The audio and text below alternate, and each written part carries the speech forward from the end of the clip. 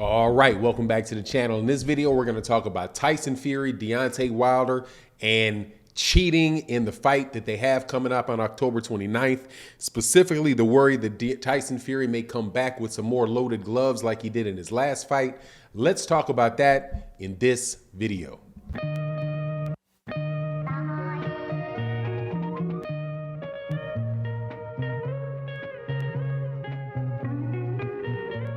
All right, welcome back to the channel. So we're going to talk about cheating in boxing, specifically in the Deontay Wilder and Tyson Fury fight.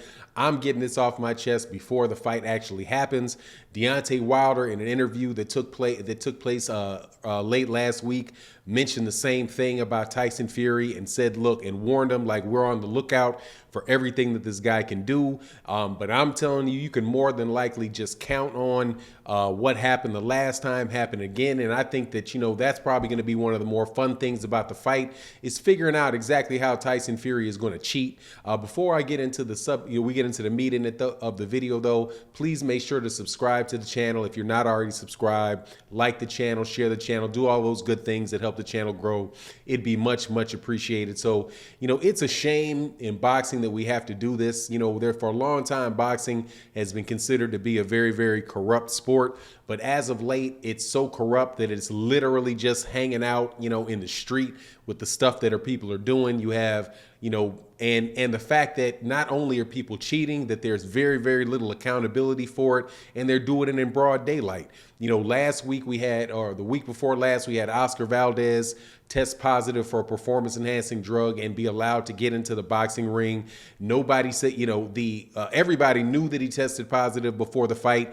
The WBC allows him to fight anyway, and people say something about it a little bit on ESPN, you know, heading into it. But then afterwards, he's given a statue of congratulations in his hometown. So, you know, it just sets the tone for there just not being a lot of people in the establishment of boxing that really cares. Specifically, the WBC. The WBC is also infamous for what they've done with Canelo Alvarez and the fact that they actually lowered, raised the allowable levels of steroids, or specifically the performance enhancing drug Cumbuterol, to be allowed to be used in a fight. They actually raised it to protect him, you know. And then they didn't say, obviously, as it relates to this fight here, didn't say anything at all about the very obvious fact that Tyson Fury was in, you know, gloves were not right in the first or the second fight, between Deontay Wilder and Tyson Fury. Deontay Wilder, in the interview he gave, was he's very direct about it, that he knows it and that he knew that it took place. He had actually accused Tyson Fury of it publicly.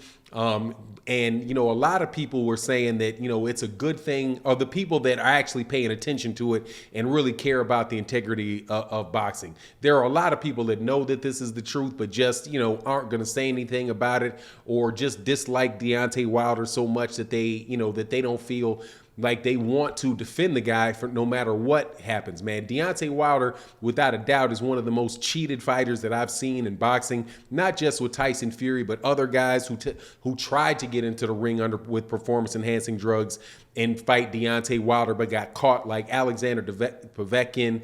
Luis Ortiz got caught with something, going into their first fight. There was another guy whose name I can't remember, where the fight was canceled because he tested positive for performance-enhancing drugs.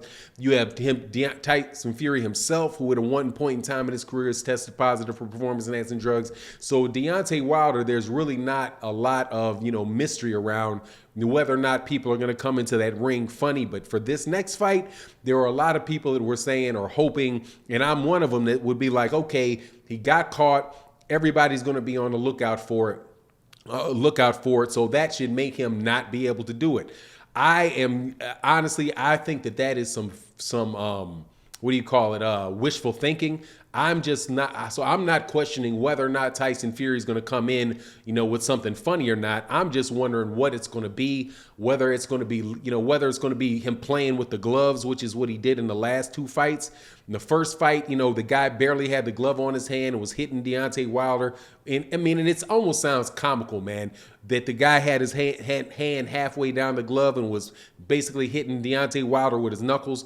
Or it was the second fight where, you actually have pictures shown with the guy having very, very little padding on his glove. Whatever the case is, man, Deontay Wilder is going to have to be prepared for something, because a cheater is going to cheat, especially in the environment like I said we have right now, where there's almost no ramifications for people that are doing things, provided that they are on the I guess the best way to refer to is the A side of public opinion, right? So Tyson Fury is somebody that you just can't describe anybody that gets more passes than Tyson Fury. His whole career, the fact that I'm calling him a cheater, there'll be a whole lot of people come to the comment section of this video and actually act like there's something wrong with me for claiming that Tyson Fury is a cheater, when I can prove the guy's a cheater without talking about Deontay Wilder at all. There's fights early in his career with John McDermott where he actually built into the contract where he could come in with really thinly padded gloves, and John McDermott had to wear really big gloves. He got caught on performance enhancing drugs after the Christian Hamer fight and was suspended for 2 years. He also in the Christian Hamer fight, when he's walking into the ring, he gets caught with with tampered gloves, with his thumb disconnected from it. Right. Then you see what he did in the fight with Steve Cunningham, where the referee to that fight literally called Eddie Cotton, rest in peace, the late Eddie Cotton, said that Tyson Fury was the dirtiest fighter that he had ever seen in a ring, and that included fights that he'd had with Andrew Galata. So, I know that there's many people that know that, Tyson Fury has been accused of cheating and are thinking that, that means that, what else can he do? He can't cheat with the gloves because he got caught. I'm telling you, I think this guy he's going to find a way to do it regardless. And, hopefully it'll just be stuff that's inside the ring and not like what he did before, because, as much as, I'm a Deontay Wilder fan, Tyson Fury's situation is sad for me because I actually vouched for that guy for several years when he was going through that the stuff with Vladimir Klitschko and the performance enhancing drugs there in that situation. Now I gotta admit that I probably didn't do enough research ahead of time, because the boar meat excuse, saying that he ate uncastrated boar meat, that's a precursor to Canelo Alvarez, dirty taco meat, or the herbal tea of Oscar Valdez. It's just a lot of dirtiness going on in boxing, and it's a very, very dangerous sport, but it just doesn't seem like there's very, very much interest in stopping people from doing it. So I think that it is good. I think the best thing that Deontay Wilder could have ever done was let it be known, as loud as he could, that Tyson Fury cheated. Letting him know that he's looking forward in this fight coming up. And I think boxing fans should be looking forward to it. But hopefully there's nothing that happens. These guys can actually just have a fair fight, and let the best man win. But I just don't think that that's in the mentality of Tyson Fury or Tyson Fury's camp. I think he's going to be looking for an edge any way the guy can get it, because if he fights Deontay Wilder straight up, Tyson Fury is not the biggest puncher in the world. And he's not somebody that, and I rewatched the fight, he's not loading up on shots.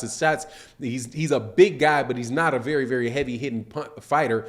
And Deontay Wilder should be able to take those shots. And as long as Deontay Wilder's in the game, Deontay Wilder has the ability to knock him out. As far as the last fight, even I watched this thing again recently, and I looked at how Deontay Wilder was moving in the ring, and I know that he accused somebody of putting something in his water. Up until I rewatched that thing, I didn't really put a lot of emphasis on it, because it's not something that I can prove, or I didn't think that I could see when I looked in the ring. But even when I look back at that now, it looked like there was something wrong with him. Now maybe that's because I was looking for something, because I'd already seen something with the gloves. I don't know, but hopefully, eventually, man, this type of crookedness, will be out of the sport of boxing, but probably not. I just think that this is something, that people have been doing so long, and there's so many vested interests in it that, and there's so much money riding on the table that Tyson Fury is going to do it again. But Deontay Wilder, what they say, Andre Ward says, is like, hey, man, if the guy's going to cheat, you got to make him stop, right? Because Deontay Wilder can't look for any help from the refs, can't look for any help for the sanctioning bodies. He's going to have to do it himself and figure out a way to equalize that. But anyway, that's my take on the matter. You let me know what you think in the comment section. And with that, I'm out. Peace.